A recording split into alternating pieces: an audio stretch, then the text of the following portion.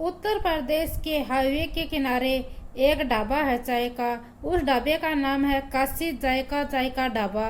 और उस ढाबे के ऊपर 9 जून 8 और 9 जून की रात को तकरीबन 1 या 1:30 बजे के बीच के एक लड़की है, वह काली टी शर्ट और काली पैंट पहन रखी है और बाल बिखरे हुए हैं। वह बदहवास में उस होटल के पास खड़ी हुई थी। तभी वह होटल का मालिक उसे पूछता है कि बहन जी, आपकी क्या दिक्कत है, आप यहाँ पर कैसे खड़ी हुई हो। तो वह बोलती है कि मुझे आपका फ़ोन चाहिए और मैं अपने घर वालों से बात करना चाहती हूँ। तो होटल वाला है, वह पीयूष यादव है, वह पहले तो सोचता है कि क्या पता कौन लड़की है, मैं अपना फ़ोन दूं कि नहीं दूं। फिर वह अपने घर की जो बहन बेटी है उनकी याद आती है। वह सोचता है कि अगर मेरे घर की बहन बेटी भी परेशानी में होती तो कोई तो उनकी भी हेल्प करता। यही सोचकर वह उसे अपना फ़ोन निकाल कर दे देता है। फोन देने के बाद वह लड़की अपने भाई से बात करती है और तब तक ये जो होटल का मालिक था, इसे नहीं पता था कि यह लड़की कौन है और कहां से आई है। वह अपने भाई से फोन पर बात करती है और यह लड़की वह लड़की होती है जो इंदौर से अपने पति के साथ निकलती है अपना हनीमून मनाने के लिए शिलोंग में, और यह लड़की वहां से गायब हो जाती है। अब इस लड़की को पूरा देश देखना चाहता था, इस लड़की को पूरा देश खोज रहा था, पूरा देश इसे देखना चाहता था। और फिर जो इस लड़की का भाई है वह तुरंत पुलिस को इन्फॉर्म करता है कि मेरी बहन फला ढाबे के ऊपर आपको मिल जाएगी। और फिर इसका भाई जैसे तैसे बस से, ट्रेन से या फ्लाइट से वह भी वहां पर पहुंच जाता है। और फिर वह वहां पर पहुंचने के बाद जो उसका भाई है वह पुलिस से रिक्वेस्ट करता है कि मुझे अपनी बहन से सिर्फ 3 मिनट बातें करने दो, मैं आपसे ज्यादा नहीं 3 से या 5 मिनट का टाइम मांगता हूँ, मुझे अपनी बहन को अकेले में बात करनी है। और फिर पुलिस वाले मान जाते हैं और उसकी भाई की बात मान जाते हैं। और फिर वह दोनों भाई बहन अकेले में बातें करते हैं। सिर्फ उस 3 मिनट के बाद में ही उसका जो भाई है गोविंद, उसको समझ में आ जाती है कि इसने ही राजा का मर्डर किया है। और जो ये सोनम का भाई है यह अपनी बहन से एक ही बात पूछता है कि क्या तुमने राजा रघुवंशी का कत्ल करवाया था। और यह 3 मिनट की मुलाकात थी। 3 मिनट की मुलाकात में कुछ बातचीत नहीं हो पाती है, वह कोई जवाब नहीं दे पाती है। लेकिन इससे पहले इस भाई ने अपनी बहन का यह रूप कभी भी नहीं देखा था। और इसके बाद जो सोनम का भाई था वह अपने घर पहुंचता है। अपने घर पहुंचने के बाद वह सीधा राजा रघुवंशी के घर पहुंचता है। और राजा रघुवंशी के वह घर पर पहुंचने के बाद राजा रघुवंशी की माँ के वह गले लगकर रोने लग जाता है। और रो रो कर वह कहता है कि आप हमें माफ कर देना। और वह रोते हुए गिड़गिड़ाते हुए कहता है कि हमें माफ कर दीजिए, आपका बेटा मरा नहीं हुआ, अब मैं आपका बेटा हूँ और सोनम हमारे लिए हमेशा हमेशा के लिए मर चुकी है। और फिर जैसे ही गोविंद रघुवंशी ने यह बात राजा रघुवंशी के परिवार को, उसकी माँ को कही, तो यह बात सोशल मीडिया के ऊपर बहुत तेजी से वायरल होने लग जाती है। क्योंकि जो राजा रघुवंशी का घर था उसके ऊपर मीडिया का जमकट लगा हुआ था। आखिरकार ऐसी कौन सी बात थी जो गोविंद रघुवंशी ने जान चुका था कि मेरी बहन सोनम रघुवंशी ने ही यह कत्ल करवाया था। आखिरकार जो सोनम रघुवंशी का भाई है वह राजा रघुवंशी के परिवार से मिलकर किसको बचाना चाहता था। आज की इस कहानी के माध्यम से यही जानने की, यही समझने की कोशिश करते हैं। और आज यह भी जानने की कोशिश करेंगे कि जो सोनम रघुवंशी है वह अपने पति के साथ सुहाग रात क्यों नहीं बनाई, उसके पीछे का कारण भी हम समझने की और जानने की कोशिश करेंगे। नमस्कार, राधे राधे, जय श्री कृष्णा। मैं पूजा आज जो आपको सच्ची घटना सुनाने जा रही हूँ यह सच्ची घटना है मध्य प्रदेश के।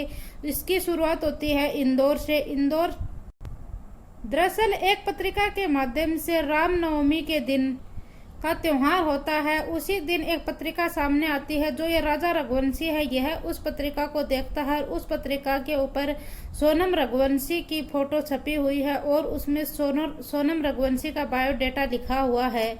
और फिर जो राजा रघुवंशी है यह अपनी माँ को दिखाता है और कहता है कि माँ, लड़की बहुत सुंदर है देखने में और यह हमारे समाज की है, इससे आप मेरी शादी करवा दो। और जो ये राजा रघुवंशी है यह इंदौर का है और यह ट्रांसपोर्ट कारोबारी है और यह 3 भाई हैं, यह सबसे छोटा है और इसकी शादी नहीं हो रही थी, इसीलिए यह अपनी माँ के पास जो पत्रिका में छपी हुई फोटो है वह लेकर जाता है और अपनी माँ से कहता है कि यह सोनम है, यह गोविंद नगर की रहने वाली है और इसके पिता का भी ब्लाइट वुड का कारोबार है, अच्छी लड़की है। और फिर इसके बाद दोनों परिवार वाले आपस में फोन पर बातचीत करते हैं और फिर मिलन कर लेते हैं, दोनों परिवार वालों का मिलन होता है। और फिर यहाँ से पंडित जी शादी की तारीख निकाल देते हैं और शादी की तारीख निकलती है 11 मई 2025 और फिर 11 मई को शादी हो जाती है। शादी में सभी परिवार वालों को, रिश्तेदारों को, सभी को बुलाया जाता है और धूमधाम से, बड़ी ही धूमधाम से यह शादी संपन्न हो जाती है। शादी के बाद यह लड़की अपने ससुराल आती है, 1-2 दिन अपने ससुराल में रुकने के बाद यह फिर से मायके चली जाती है और फिर से यह लौटकर आती है। तो फिर यह एक प्लान करती है कि हम हनीमून मनाने के लिए चलेंगे और ये कहती है कि हम ऐसी जगह पर हनीमून मनाने के लिए चलेंगे जहां पर बिल्कुल शांत वादियां हो और सब कुछ अच्छा सा माहौल हो। और इन सब के लिए वह अपने पति को मना लेती है और वह 20 मई 2025 को हनीमून के लिए घर से निकल जाती है और वह इंदौर से लगभग 2200 किलोमीटर दूर शिलोंग पहुंच जाते हैं हनीमून मनाने के लिए। और यहाँ पहुंचने के बाद वह अच्छे तरीके से घुमा फिरी कर रहे थे, फिर अचानक से घर पर खबर पहुंचती है कि 23 मई को कि जो सोनम रघुवंशी और राजा रघुवंशी है वह दोनों गायब हो जाते हैं। और परिवार वालों ने यहाँ पर पुलिस की मदद भी लेने की कोशिश की और ढूंढने की कोशिश की। और जो फिर ये राजा रघुवंशी है, इसकी बहन है एक सृष्टि रघुवंशी, वह सोशल मीडिया पर बहुत एक्टिव रहती है, वह इंस्टाग्राम पर और यूट्यूब और फेसबुक के ऊपर बहुत ही एक्टिव रहती है। फिर जो इसके भाई और भाभी हैं इसका कहीं पता नहीं चल रहा था, तो यह इसके जो बड़े भाई हैं सचिन और विपिन, यह भी खोजने की कोशिश कर रहे थे, लेकिन उनको कहीं कोई सुराग नहीं मिल रहा था और नहीं पुलिस वाले मदद कर रहे थे। फिर जो ये इनकी बहन थी सृष्टि रघुवंशी, वह अपने भाई और भाभी की फोटो साथ में लगाती है शादी की और वह कहती है कि यह दोनों शिलोंग में हनीमून मनाने के लिए गए थे और यह लोग वहां से गायब हो गए हैं और अगर इनके बारे में कोई हमें जानकारी देगा तो हमें उन्हें उचित इनाम भी देंगे। और इस तरह की जानकारी वह सोशल मीडिया पर लगातार अपलोड करती रही और देखते ही देखते फिर सृष्टि रघुवंशी की जो वीडियो है वह सोशल मीडिया पर बहुत तेजी से वायरल हो जाती है। और फिर सोशल मीडिया पर जो अन्य यूट्यूबर होते हैं, अखबार वाले होते हैं, वह भी गंभीरता से लेते हैं। फिर यह खबर तेजी से मीडिया के ऊपर आना शुरू हो जाती है और यह वीडियो जब तेजी से वायरल हो रही थी तो फिर चाहे मध्य प्रदेश की सरकार हो या फिर भारत का गृह मंत्री अमित शाह हो या फिर मेघालय के मुख्यमंत्री हो, इन सभी के पास यह वीडियो तेजी से पहुंच जाती है और यह सभी गंभीरता से इस मामले को लेते हैं। फिर यहाँ पर इनकी खोजबीन जाने और जानकारी शुरू कर देते हैं और फिर यहाँ पर यह एक ऑपरेशन रखा जाता है। इस ऑपरेशन का नाम रखा जाता है ऑपरेशन हनीमून और इस ऑपरेशन हनीमून के लिए उन्होंने 120 काबिल ऑफिसरों की टीम का गठन किया था। और फिर चाहे ये पर्वतारोही हो, चाहे लोकल पुलिस हो और चाहे जो लोकल व्यक्ति हो, वह सभी यह ढूंढना शुरू कर देते हैं इस कपल को, जो कपल अचानक से गायब हो जाता है, जो 23 मई 2025 को उनकी अंतिम बात जो सोनम रघुवंशी की सास है उससे 1:45 पर हुई थी। और फिर आखिरकार लगभग 10-11 दिन बीत जाने के बाद 2 जून को जो मेघालय हिल्स में राजा रघुवंशी की डेड बॉडी मिल जाती है और यह जो डेड बॉडी है यह पूरी तरह से डिकम्पोज हो गई थी। और इस डेड बॉडी के सीधे हाथ के ऊपर एक टैटू होता है जिसके ऊपर नाम लिखा होता है राजा और एक इलेक्ट्रॉनिक घड़ी है, उसके माध्यम से इसकी पहचान की जाती है। और फिर यह बॉडी मिलती है, उसके बाद ही हड़कंप मच जाता है कि आखिरकार जो राजा है उसकी तो बॉडी मिल गई, लेकिन सोनम कहाँ है। इस वक्त इसी का किसी को भी खबर नहीं थी। और फिर यहाँ पर सोनम को भी खोजने की कोशिश की जाती है। कुछ इलेक्ट्रॉनिक जो फ़ोन है उनके माध्यम से कि कहीं कुछ पता चल जाए, कहीं फ़ोन की लोकेशन आ जाए। और ऐसे ही करते करते फिर 8 और 9 जून की यह पहुँच जाती है गाजीपुर में एक ढाबा है जिसका नाम है ढाबा चायका जायका। वो वहाँ पर मिल जाती है और वह अपने भाई को फ़ोन करती है और उसका भाई है वह पुलिस को सूचना देता है और आखिरकार सोनम रघुवंशी के पास भी पुलिस पहुंच जाती है और उसे अपनी हिरासत में ले लेती है और फिर गाजीपुर के वन स्टॉप सेंटर में इस लड़की को वहां पर लेकर जाती है और साथ ही यहाँ पर मेघालय पुलिस को भी सूचना दे दी जाती है और जो इंदौर पुलिस है उसको भी सूचना दे दी जाती है। अब जो मेघालय की पुलिस ने एसआईटी का गठन किया था, अलग कई टीमों का गठन किया था और वह टीमें अलग अलग क्षेत्रों में काम कर रही थी और टेक्निकल कोशिश के आधार पर नाम सामने आता है राज कुशवाहा का, आकाश राजपूत का नाम सामने आता है, आनंद पूर्वी का भी नाम सामने आता है और इसी एक रात में जो लड़की थी सोनम रघुवंशी वह भी हाथ लग जाती है और जो सस्पेक्टेड व्यक्ति थे वह भी हाथ लग जाते हैं। अब पुलिस यहाँ पर अपना काम करना शुरू कर देती है, इंदौर पुलिस भी और पुलिस भी। फिर मीडिया में रिपोर्ट आना शुरू होता है तो कहते हैं कि 11 मई को इस लड़की की शादी होती है और सोनम रघुवंशी और राजा रघुवंशी की शादी हो जाती है। फिर शादी के अगले दिन यह घर पर आती है। जब सुहाग रात मनाने की बात आती है तो यह लड़की बात को टालने की कोशिश करती है और यह बहाना बनाना शुरू कर देती है। इसका बहाना भी एक सटीक था और इसका एक अलग ही व्यवहार था। फिर जो ये राजा रघुवंशी है यह अपनी माँ को जाकर यह सब बातें बताता है तो फिर उसकी माँ कहती है कि बेटा लड़की एक बार नई नई है, यह अपने घर बार छोड़कर अपने पास आ रही है तो इसको इस माहौल में सेट होने में थोड़ा टाइम लगेगा, इसीलिए यह सब बातें बना रही है। फिर 12 तारीख भी ऐसे गुजर जाती है, 13 तारीख भी ऐसे गुजर जाती है और 14 तारीख भी ऐसे गुजर जाती है और ऐसा कहा जाता है, ऐसा बताया जाता है कि जो इनके बीच दावा किया जाता है कि जो इनके बीच जो वैवाहिक संबंध बनाए जाते हैं वह संबंध इनके बीच नहीं बने थे और यह लड़की फिर अपने मायके चली जाती है। मायके जाने के बाद सबसे पहले जो अपना प्रेमी है राज कुशवाहा उससे मिलती है और यह उसके पास जाती है। उसके पास जाने के बाद पता चलता है कि जो सोनम रघुवंशी है यह मांगलिक है और ये जो सूत्रों के मुताबिक कहा जाता है कि जो सोनम रघुवंशी है वह भी मांगलिक है और जो राजा रघुवंशी है वह भी मांगलिक जाता है। हिंदू धर्म में कहा जाता है कि जो मांगलिक लड़की की शादी अगर मांगलिक लड़के से नहीं होती है तो शादी होने के बाद तुरंत बाद उसके पति की मृत्यु हो जाती है और तभी सोनम ने यह दिमाग लगाया कि मैं राजा रघुवंशी के साथ शादी करूंगी और कहीं ना कहीं वह अपने पिता के दबाव में आकर राजा रघुवंशी के साथ शादी करती है।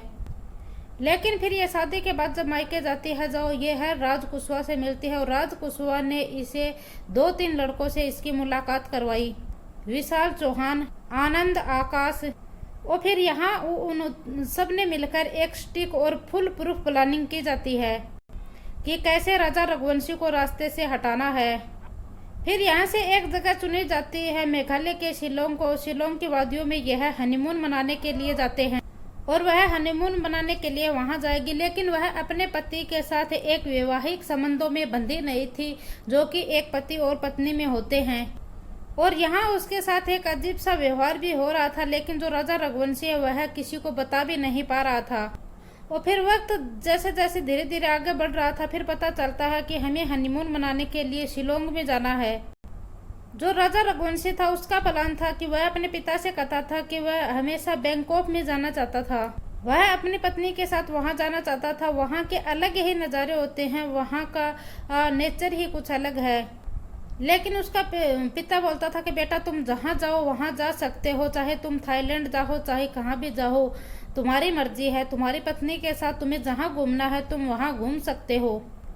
और उसकी पत्नी उसके सामने टिकट लेकर खड़ी हो जाती है शिलोंग के और वह अपनी पत्नी को मना नहीं कर पाता है और वह अपनी पत्नी के साथ शिलोंग जाने के लिए तैयार हो जाता है और उधर वह अपनी पत्नी के साथ शिलोंग पहुंच जाता है। जो उसकी पत्नी है सोनम वह राज कुशवाहा के साथ पूरी प्लानिंग कर रही थी और उसने एक पूरी प्लानिंग के साथ परफेक्ट कर ली थी और इन सब के लिए वह 2 नया सिम कार्ड भी लेती है। एक सिम कार्ड तो वह राज कुशवाहा को देती है और एक सिम कार्ड वह खुद लेती है और फिर जो यह राज कुशवाहा, आनंद, आकाश और इन सब के ट्रेन के टिकट बुक करवाए जाते हैं और फिर ऐन वक्त के ऊपर जो राज कुशवाहा है यह वहां जाने से इनकार कर देता है। यह कहता है कि अगर मैं वहां जाऊंगा तो किसी को शक हो जाएगा और जो यह 3 लोग और थे आकाश, आनंद को इन तीनों को यह टिकट देकर और वह सिम कार्ड देकर वहां पर भेज देता है और फिर ये यहाँ से चलते हैं। फिर ये जो सोनम है यह अपने पति से कहते हैं कि हम यहाँ पर कामाख्या माता देवी के दर्शन करेंगे और उसके दर्शन करने के बाद हम वैवाहिक बंधन में बन जाएंगे और फिर जब माँ कामाख्या देवी के दर्शन हो जाते हैं उसके बाद भी कहा जाता है कि यह एक वैवाहिक संबंध में नहीं बनते हैं। और फिर यहाँ से एक गोडसा इलाके में जाते हैं, कहते हैं कि वहाँ पर सेल्फी वगैरह लेंगे।